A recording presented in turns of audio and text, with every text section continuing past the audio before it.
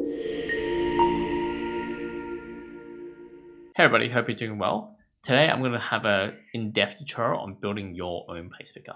So the place picker widget seems to have some kind of issue right now in terms of bug because of Google's migration from the legacy API, Places API, to the new Places API, and that may have broken FlutterFlow's place picker. It seems like someone reported this, and I do agree on it. I have experienced this myself as well, and it's still not been fixed as of June 30, 2025. And so I've basically almost scraped what FlutterFlow has implemented and rebuilt it using my own implementation. And I'll show you how it works, right? So if I type Sydney, which is where I'm based, I'm basically having my own place picker here. And then I can select Sydney Olympic Park.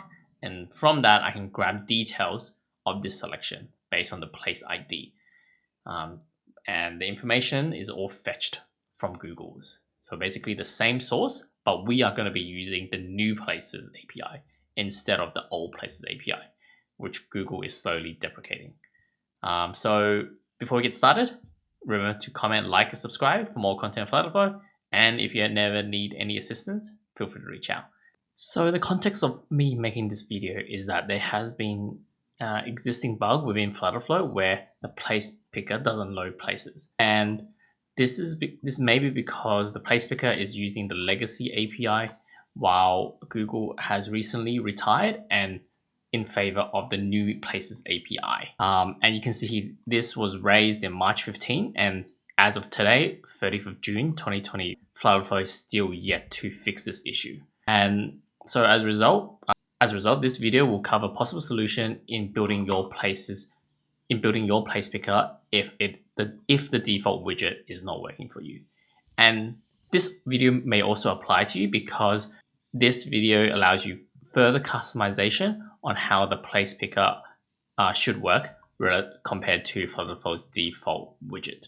So you can see here, this is the FlutterFlow default widget of the place picker. And one thing that always bothered me was the text alignment. You really can't align the text of this icon and select a location text. I've tried it to make it more left aligned, center aligned, or right aligned. It has never worked for me for some reason. But this video will cover that, allowing the greatest amount of flexibility in building your place picker. So what do we require? So first things first, we need to enable the Places API (new). So you can find this in the library, the API library for Google on your project's console. Secondly, you got to get the API key. So I've just got a test key here for this video, which I already copied down. And these are the two documentation we'll be referring to. It's the new autocomplete request API endpoint and the Places detail API endpoint, the new Places detail endpoint. And so how does it work? Okay, so if we look at the documentation really quickly, you can see here, all it's doing is basically, this is the endpoint, and what you need to pass in are supported parameters. And the biggest crucial one that you want to consider is the input. So this is basically the text string to search for. So for example, if you type like Sydney or New York, this is what gets searched by the autocomplete request. And we will also cover the response as well. But at a high level, you can see here, as shown by Google, that it returns a text and a place ID. And think of place ID as a unique ID for each of the respective places. And this place ID we'll need to use in the Places detail request, because once you pass in that place ID, we can get more information about this place. So there's a lot of information about the places, for example, latitude, longitude, whether they have restrooms, a price range, heaps of details, right? But that's ultimately dependent on what you require from the Places detail new API. So before we get started, remember to comment, like, and subscribe for more tutorials on FlutterFlow. If you ever need assistance on your project, feel free to contact me. So let's get started. So what is the endpoint we need for this autocomplete? So if we go back up, we can see here, this is the new endpoint. And this is what we'll do. Basically, we're going to go to the API calls. I've created a new API group, and I'm just called it Google Places. And then if we go back to the doc, we want basically a high level endpoint, a base URL. So if we go back to the places detail new and autocomplete new, you can see this is the commonality. places.google.api.com v1/places. And this is exactly the same here. And the only difference between these two API is the actual endpoint, not the base URL, but this is the base URL. And I'm going to go back to creating a group. We'll call this places. The base URL is going to be this without the slash. We look at the docs again. So this is what we need. So you see, need to pass the content tab application JSON into the header denoted by -h. And then I am also going to pass in the key. So it's X key and then a colon and then the key. So I'm just going to quickly paste in the temporary key I have stored, and I'll revoke this key anyway after the video. I'm going to add a group here. So now the group is added. Let's add each of these individual API calls. So you can see the endpoint here. It's the first endpoint we need is a post call. You can see it's post. So let's go to create this autocomplete API. So from a post call perspective, we need to pass in this colon autocomplete. If we look at it correctly, it's colon, but it removes the backslash here. So it's this. And then what we need now is the body. So the body, what we want to pass in based on the new API is a JSON. You can see this is a JSON body request per Google's docs. And then you go JSON, and going back here, you can see it opens bracket. It has the input of pizza. If you want to apply any additional JSON requests, you can put like location bias and whatever. There's all these documentation here for all these parameters for you to pass in. Feel free to read it in more detail to, I guess, narrow down this autocomplete API search. But at a most basic level, we're just going to use input here because that's what the string field is, really. So we go here and then copy input, and then I am going to add a variable actually, because a variable is going to be a search variable. So I'm just going to call it search string, and it's going to be a type string. Oh, I want to call this autocomplete here, add call, and then we are going to drag this variable here. And if we look into it, it looks pretty correct. So it's like you put a semicolon and that's text string itself. Okay, so delete this comma and press save.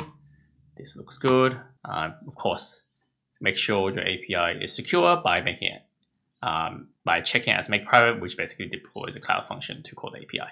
I won't go into detail of that, but just a word of warning here. So let's test this to see if it works. I'm going to select Sydney, New South Wales because that's where I'm based, and I'm going to test the API call. And voila, you can see here this is the API response. And let me just copy this out to another website so we can look at it properly. You can see the response is suggestions, and there are a few places suggestions all along.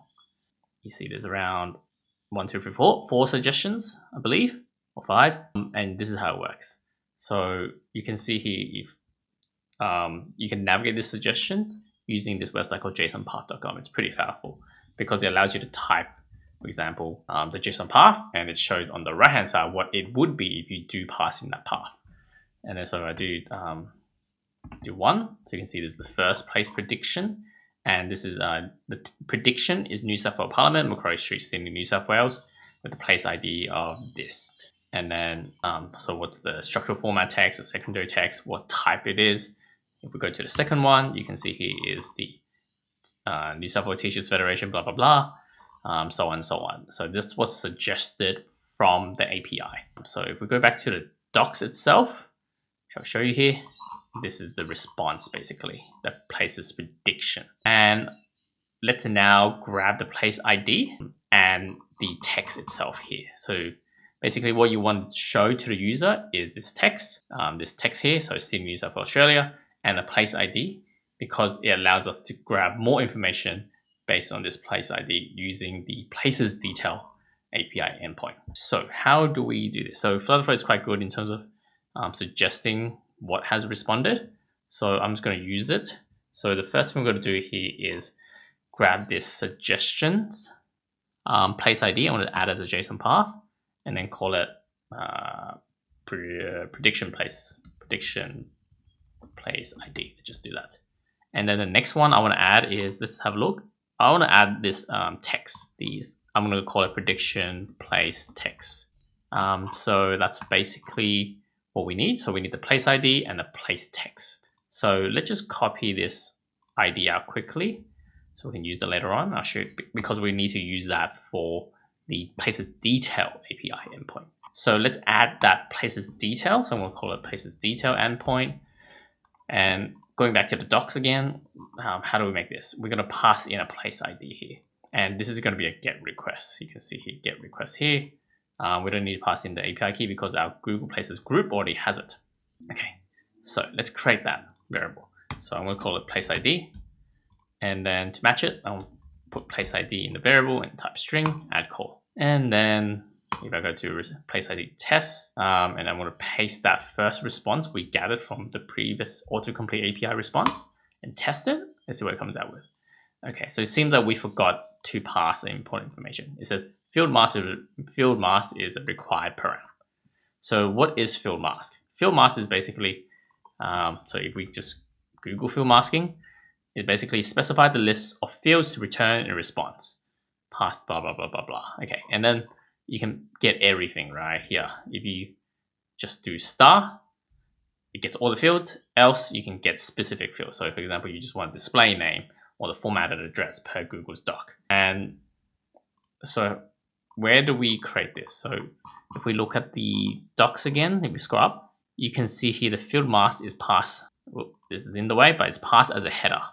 Yeah, so we go to this specific API call of places detail and add the header of x.google.fieldmask.star. I'm going to return every field basically. And let's test this API call again. And you can see here, this is what came back with. This is the place ID. And then this is the formatted address that showed up previously. And all these information up there. You can, here's information, photos, icon background, Google Map URL, even reviews, it seems, by the looks of it, I believe. But let's just take it as example, a very easy example. I'm just going to grab latitude and longitude field. I'll just add these two fields in, and then I'm also going to add the formatted address again. So I'm going to say places detail, maybe detail formatted address. I've got detail lat and then detail long. Let's do that. And I'm going to save it. Okay, so now we have configured this, the API call. How do we build this in our front end to almost like replicate what the places picker does? So what I'm going to do here is, you can customize it to your liking, but I'm just going to use the basic text field widget. And I'm going to expand this. And of course, you can customize it now. You can put like, instead of select a location, you can put all these other stuff. You can format how it looks. You can add icon, you can add focus borders and things like that, which I believe cannot be done by the default place picker. So you see it's very limited. But now I'm using a text field widget, which basically gives maximum customization. And I'm just going to leave it as is. Or I'll just say select a place. And you can see it's aligned to the left, which a place picker I haven't been able to do, unfortunately. Anyway, so I'm going to do this, and I'm going to add a border color of purple, I guess orange. Let's just do that. And the max line of 1. Maybe I can also change the height of this or not. You can wrap this in a container and customize it as much as you want. But that's basically what you want to do from a design perspective about how you want your app to look. So how do we build this place picker out using the text field? So what I've done here is I have created these states. So the lat long address and the place ID. And then I've also have a autocomplete prediction ID, which is a list of string, and autocompletion text, which is a list of string. So what the top 3 I want to do is basically, this is going to be obtained from the places detail to show that it's working. So we'll grab the lat, we'll grab the long, we'll grab the address and put it in the page state. Similarly, this place ID, it will show that we have selected a certain place ID when we do that search and allow the user to select from a drop down. And then the auto completion prediction ID and the autocomplete prediction name is going to be from the API response of the autocomplete. And we'll need this in order to populate that dropdown. And when the user selects something, we will basically use that name to figure out, okay, that respective prediction ID is this. Okay, so how do we build this text field to become a place picker widget? What we need to do is add an action. The trigger is actually on change, not on submit, because we want, as a user type, we want to make that API call. So let's do that. So let's make that API call of Google Places autocomplete. And the variable we need is the search string variable. And we can grab that from the widget state, text field select a location. And let's call this autocomplete succeeded. So what do we want to do next? So the first thing we're going to do, and the only thing we're going to do, is update the page state. And we're going to update the page state of the prediction ID and the prediction name. And we can grab this from the autocomplete response, JSON body, predefined path, prediction ID. Similarly, we can get the name by just changing the field to prediction place text. And that's basically it. And of course, make sure you rebuild current page. And subsequently, how do we show these prediction response? So in order to do that, you need to go to text field. And then also you got to turn on autocomplete. So by default, it's off, but we want to turn it on in additional properties. And make sure update paste on text is turned on, and that you set a delay of some sort. Ideally, maybe 100 milliseconds, 200 milliseconds should be enough. Let's enable autocomplete. So once that autocomplete option is enabled, by default, it will show like one option. And then basically what you want to do is you want to pass in the autocomplete prediction name. And this basically allows the widget to show a list of dropdown of places name. So let's load this up in a web app to see how it operates. So now the app has loaded on a web view. You can see here, this is what it looks like. And if I start typing information, our custom place picker is showing a response. So if I type Sydney, you can see this is what's showing. If I type like New York, you can see what's also showing. If I type a very specific address, hopefully it will show something. You can see based on the 200 millisecond delay, it will show something, right? And of course, the user can select it. We can further enhance this by making sure the widget has something before we make that API call. So what you can do here is on change, you add a conditional. You add a condition where the condition is basically the text field widget is set and not empty. Else you terminate, else you just go through the true flow here. Of course, you can move this to here. I just leave that as is because the true flow basically flows back here.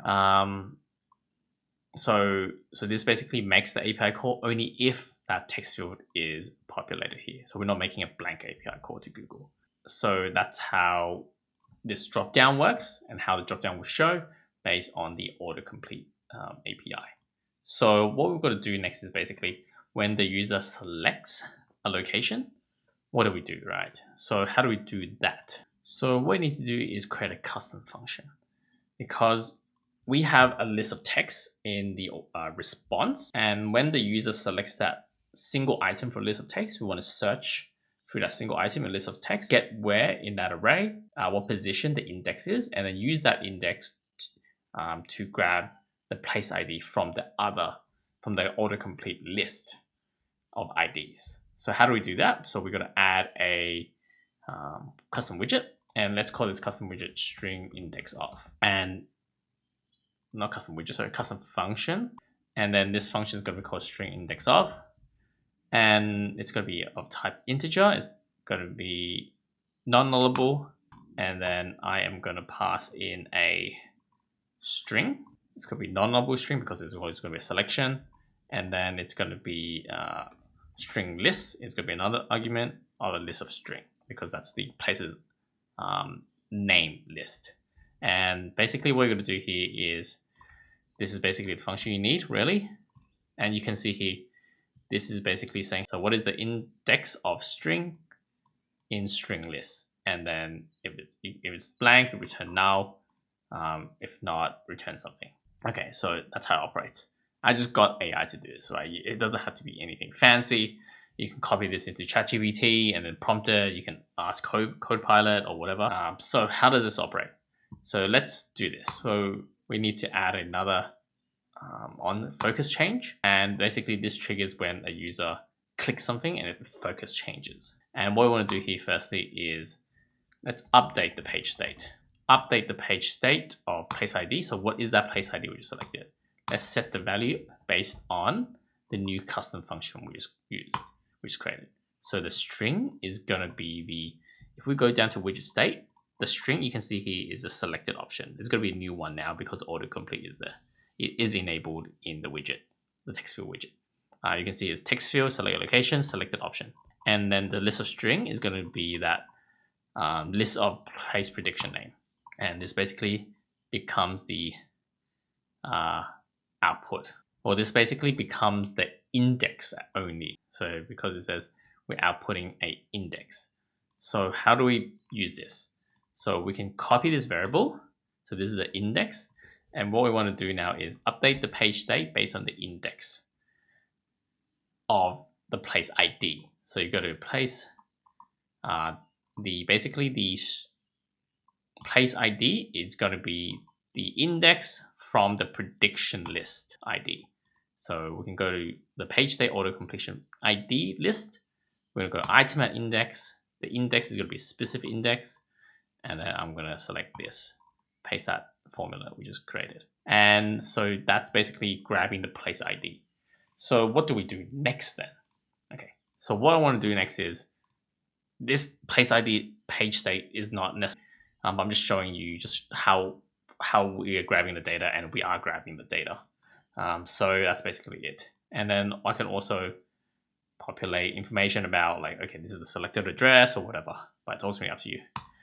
But what we want to do next is get the API call, or make that API call. So if I get the API call, we're going to grab the places detail information. So let's set that variable. I want to get the place ID. Same thing here. I'm just going to grab this exact thing going on here.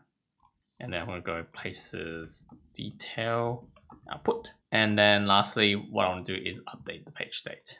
So basically now update the page state of lat and long and address. Let's do that. Set. And I'm going to get it from the places detail output API response, JSON body, JSON path, detail long, detail lat. And then I want to set the long here, the long. And then on the address, I'm going to just set it to be the detail format address. And that's it in terms of the setup, I believe. So let's refresh this and see what it looks like and how it all operates. So I've opened the debug panel to show you what's going on in the background to make sure that our page state is being set. We're getting the latitude, we're getting longitude, and we're getting the final address. So I'm just going to select Sydney, and I am going, so you can see when the API is being called, you can see the auto completion ID is being populated in the page state, and also prediction name has been populated in the page state, exactly matching one for one. And then subsequently, I'm going to select Sydney Olympic Park here. And once I selected it, you can see, bam, the page state lat long basically updated. We've got the full address of Sydney Olympic Park, New South Wales 2127 Australia. And this is the place ID. And this is the latitude, and this is the longitude. For some reason, they're exactly the same. Maybe I set this wrong, incorrectly here. Let's go back to the focus change. And it does seem like I have screwed this up. This should be long instead of lat because I was just copy and pasting. Let's refresh this quickly to see it work properly again. So now that's refreshed, let's type in an address. I am going to select Sydney and let's select Sydney Opera House this time. So I'm going to click Sydney Opera House, and you can see here, this is the address formatted from the Get Places API. This is the latitude, and this is the longitude, which looks right. And this is the API places ID. So ending in ZE, which is the fourth option down. So you can see here, this is the fourth option down, Sydney Opera House, New South Wales. So this looks to be working correctly. I hope you really enjoyed this tutorial on creating your own Places picker using the new Google Places API. Remember to comment, like, and subscribe for more content on FlutterFlow. And if you ever need assistance, please feel free to reach out. See you next time.